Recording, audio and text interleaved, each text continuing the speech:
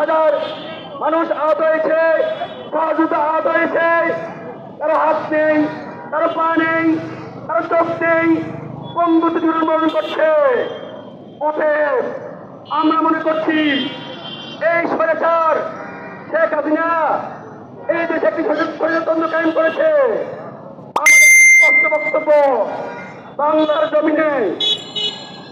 জমিনে শেখ হাসিনা কখনো স্বৈরাচার নামে আওয়ামী লীগ থাকতে পারে না। আমরা দেখতে পাচ্ছি আমরা মনে করছি আওয়ামী লীগের সম্পূর্ণ বিলুপ্ত ঘোষণা করতে হবে। দাবি জানিয়ে যাচ্ছেন সেইভাবে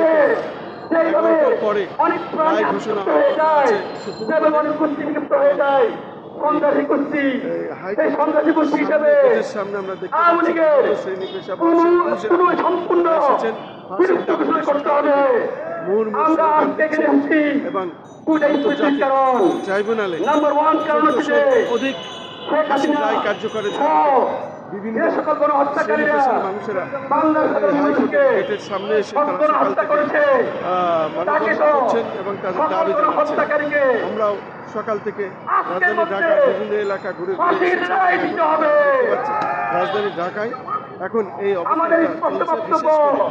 বিশেষ করে হাইকোর্টের সামনে এবং হাইকোর্টের সামনে আমরা দেখে যাচ্ছি, আমরা দেখতে পাচ্ছি বিভিন্ন মিডিয়া, বিভিন্ন শ্রেণী পেশার মানুষ এবং বিজেপি সহ এখানে পুলিশের লোকজন সহ সবাই এখানে অবস্থান নিয়েছেন এবং তারা তাদের দায়িত্ব পালন করছেন। এবং আমরা দেখতে পাচ্ছি সকাল থেকে রাস্তাঘাট অত্যন্ত পরিষ্কার পরিচ্ছন্ন, কোনো রকম কোনো সমস্যা নাই। এবং হাইকোর্টের সামনে আমরা দেখতে পাচ্ছি এইভাবে একের পর এক তারা তাদের এবং বিভিন্ন শ্রেণী পেশার বিভিন্ন বয়সের মানুষেরা এসেছেন। আমরা দেখতে পাচ্ছি হটাও দোসর, হটাও দালাল, মুক্ত হোক বাংলাদেশ, শেখ হাসিনার ফাঁসি চাই, গণহত্যার বিচার চাই, ভারত মুক্ত হোক দেশ। আমরা দেখতে পাচ্ছি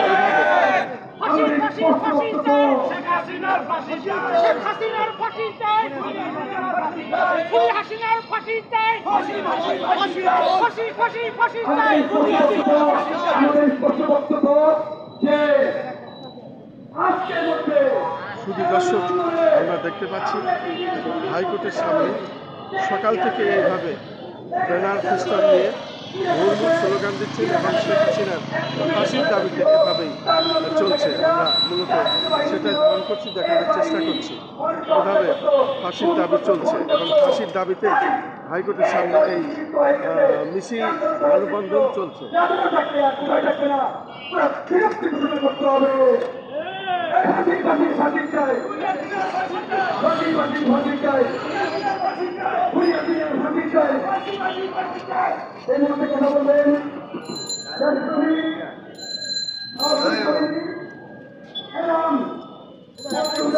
আমি এখন হাইকোর্টের ভিতরে ঢুকছি। আমরা দেখতে পাচ্ছি মোটামুটি প্রশাসনের লোকজন খুব অ্যালার্ট এবং সাধারণ মানুষ চলাফেরা করছেন স্বাভাবিকভাবে।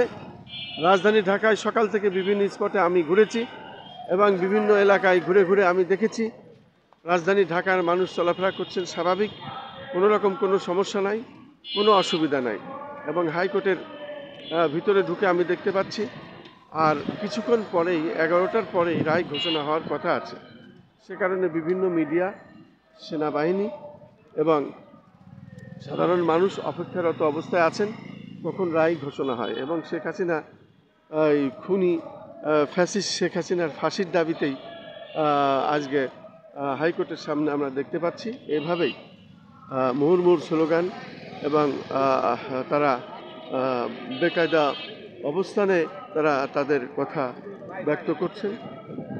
তারা তাদের ফাঁসির দাবিতে এভাবে আছেন এবং এখানে আমরা দেখতে পাচ্ছি চৌকস সেনাবাহিনী তারা এখানে অবস্থান নিয়েছেন এবং বাংলাদেশ সেনাবাহিনী তারা হাইকোর্টের মূল গেটের সামনে এই অবস্থায় আছেন এবং পাশাপাশি আমরা দেখতে পাচ্ছি র্যাব তারাও এখানে অবস্থানে আছেন। পাশাপাশি সমস্ত মিডিয়া এখানে অবস্থান করছেন আমরা দেখতে পাচ্ছি।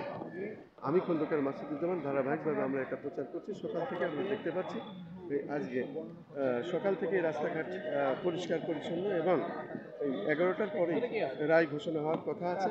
ফ্যাসিস্ট শেখ হাসিনার ফাঁসির দাবিতে আমরা দেখতে পাচ্ছি হাইকোর্টের সামনে বিশালভাবে এক এক স্তরের মানুষ আসছে, তারা ফাঁসির দাবিতে মুহুর্মুহু স্লোগান দিচ্ছে, ব্যানার ফেস্টুন নিয়ে আছে দেখতে পাচ্ছি।